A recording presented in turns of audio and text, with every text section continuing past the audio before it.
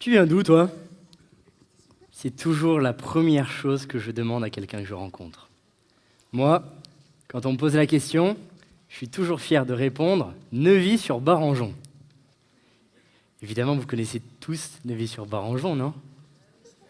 C'est mon village, situé à quelques kilomètres de Vierzon, aux confins du Berry et de la Sologne dans le département du Cher.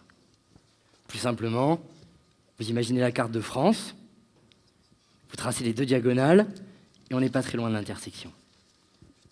Ce village, je l'aime. J'aime son paysage, et surtout, j'aime les gens qui y vivent. Pourtant, j'en suis parti à l'âge de 16 ans, après avoir eu mon bac. Je quittais ma campagne pour la ville, les études, le travail, à Tours, puis à Paris. Aujourd'hui, j'ai 22 ans. Je termine mes études dans une grande école de commerce et je travaille dans un cabinet de conseil spécialisé en projets urbains et immobiliers. Je travaille sur l'avenue des Champs-Élysées, l'avenue de la Grande Armée, pour la ville de Neuilly-sur-Seine ou encore pour le quartier d'affaires de la Défense. Chez moi, tout le monde m'a dit « Voilà, ça y est gamin, t'es parti, t'as réussi. » Mais moi, ma plus grande fierté, c'est pas d'être parti, c'est de revenir pour m'engager. Depuis mes 19 ans, je suis élu au conseil municipal de Neuvy-sur-Barangeon. Dans ma famille, on ne parle pas vraiment de politique à table, mais on s'engage. Ma grand-mère, Jeanne, était conseillère municipale à Saint-Barthélemy-le-Meil, en Ardèche. Mon cousin Eric est maire de Saugy, une commune dans le Cher, depuis plus de 40 ans. Mon père a été adjoint à Neuvy-sur-Barangeon. Ma mère, elle, n'a pas été élue, mais s'engage aussi au quotidien. Depuis plus de 30 ans, elle travaille auprès de personnes en situation de handicap. Alors, concrètement, ça veut dire quoi, être élu local? C'est tout faire pour que les gens vivent bien dans leur commune. Mais la vraie question, c'est comment y parvenir? La tâche n'est pas si simple. Les problèmes sont quotidiens et les ressources pour y répondre sont vraiment limitées. Partout en France, des élus sont confrontés à cette même question.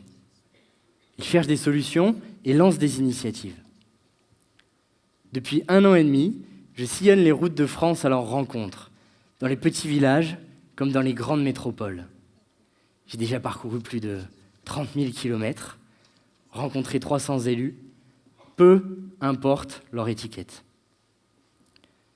Ces élus m'ont accueilli à bras ouverts, dans leur mairie, à la terrasse d'un café, chez eux, car je n'ai pas passé une nuit à l'hôtel. Ils m'ont parlé avec passion de leur engagement et avec fierté des initiatives qu'ils portent. En France, on a tendance à beaucoup parler de ce qui ne marche pas, de ce qui se passe à l'autre bout du monde. Des sujets nationaux souvent très politisés, quelquefois idéologiques même, et assez peu de ces initiatives locales. C'est pourquoi j'ai lancé la Fédération française des trucs qui marchent.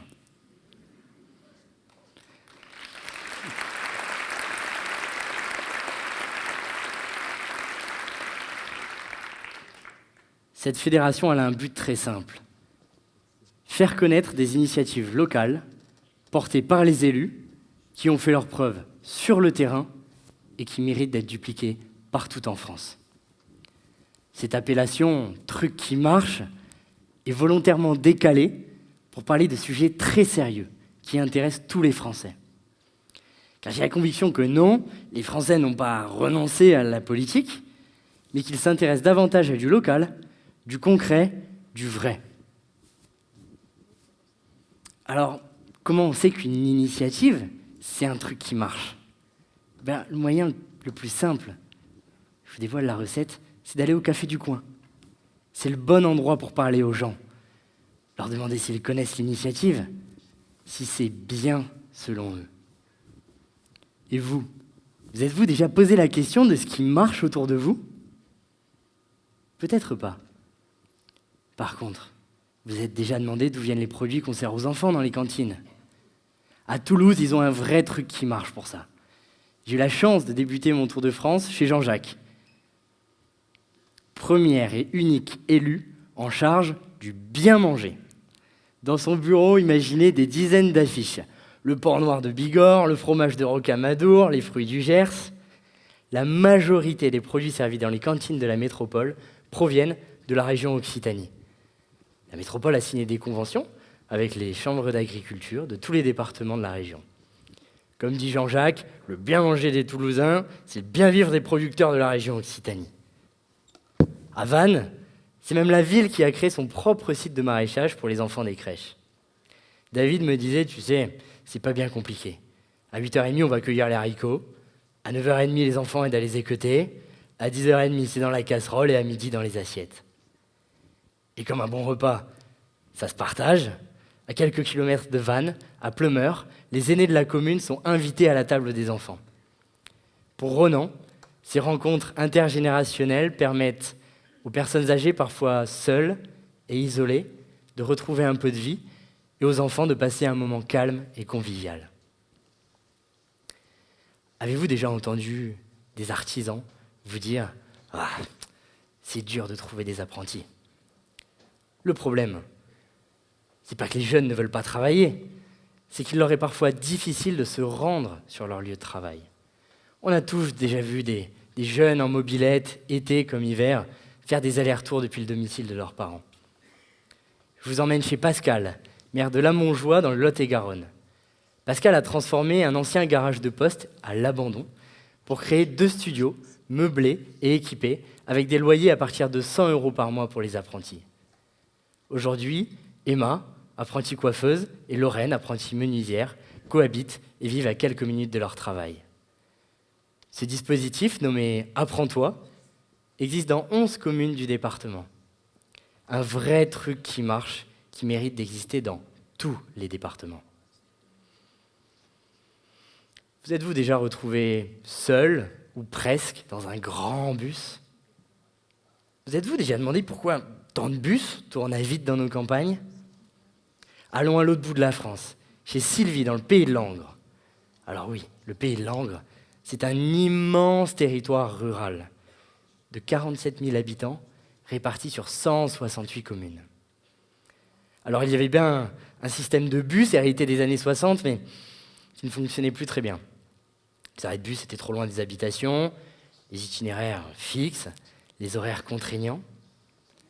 Avant même l'arrivée d'Uber en France, Sylvie et d'autres élus ont proposé de supprimer toutes les lignes de bus pour les remplacer par des véhicules de 5 à 9 places en transport à la demande.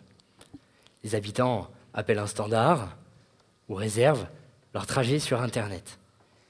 Les itinéraires sont calculés la veille ou l'avant-veille et permettent d'aller chercher les habitants chez eux et les amener vers une commune voisine.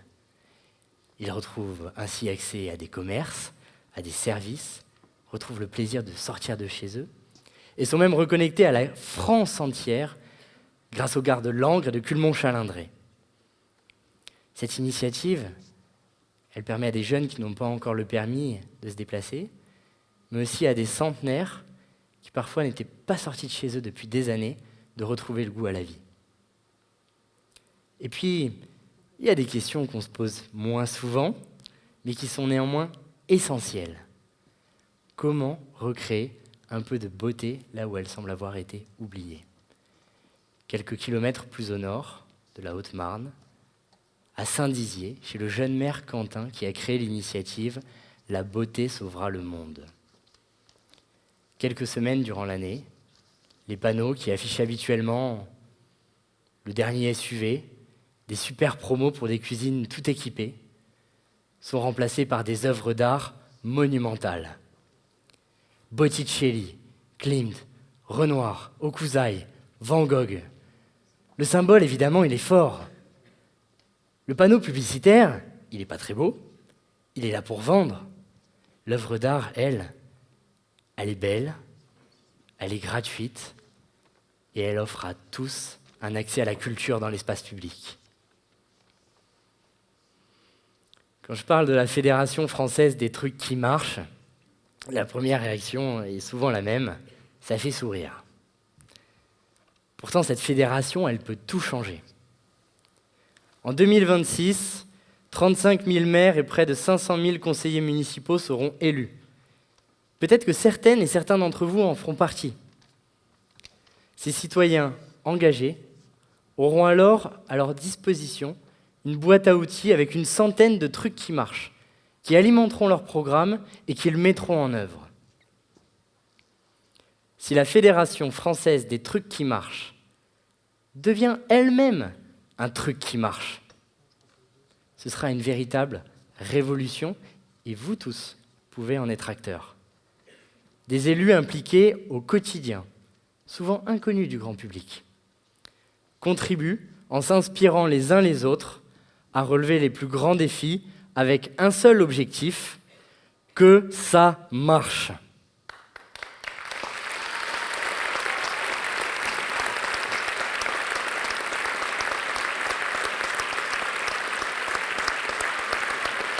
Je vous remercie.